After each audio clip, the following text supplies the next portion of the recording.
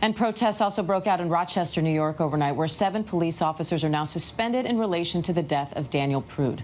Body camera footage shows police pinning Prude to the ground until he stopped breathing. Now Prude's daughter is demanding justice. ABC's Soreen Shah has more on that, and we should warn you, this story contains video that may be difficult to watch.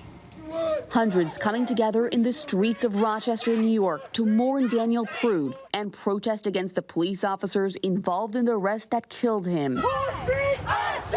Overnight, Prude's daughter speaking out, saying she wants justice. All I have to say now is I want justice. I want these officers charged with murder, and I want the city of Rochester to do better. The mayor speaking at the event Thursday, announcing the suspension of those 7 officers and taking responsibility for the failures she says led up to the 41-year-old's death in early March. He lost his life because of the failure of a lot of different systems. But saying she was misled by Rochester's police chief, who she says blamed Prude's death on an overdose. Chief Singletary never informed me of the actions of his officers to forcibly restrain Mr. Prude. Earlier in the night, Chief Singletary, who ordered criminal and internal investigations into the incident, confronted by protesters when he attempted to address the crowd.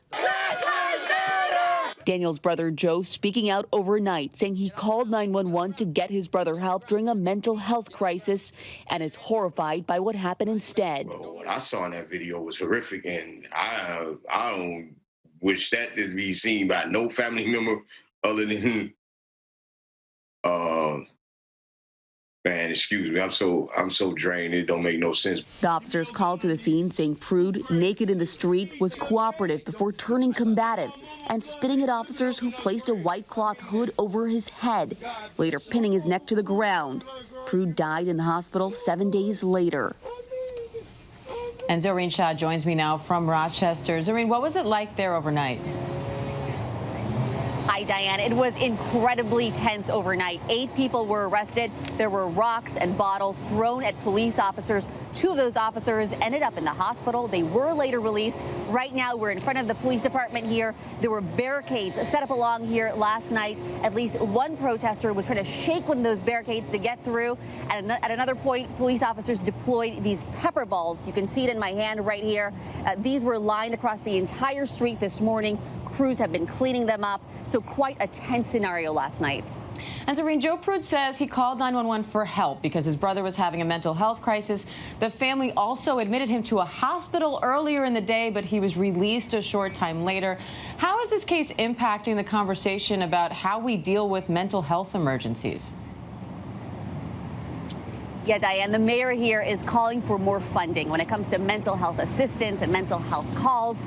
There was one study done in 2018 where they had 1,000 people who were shot by police and found that a quarter of them had some sort of mental health issue.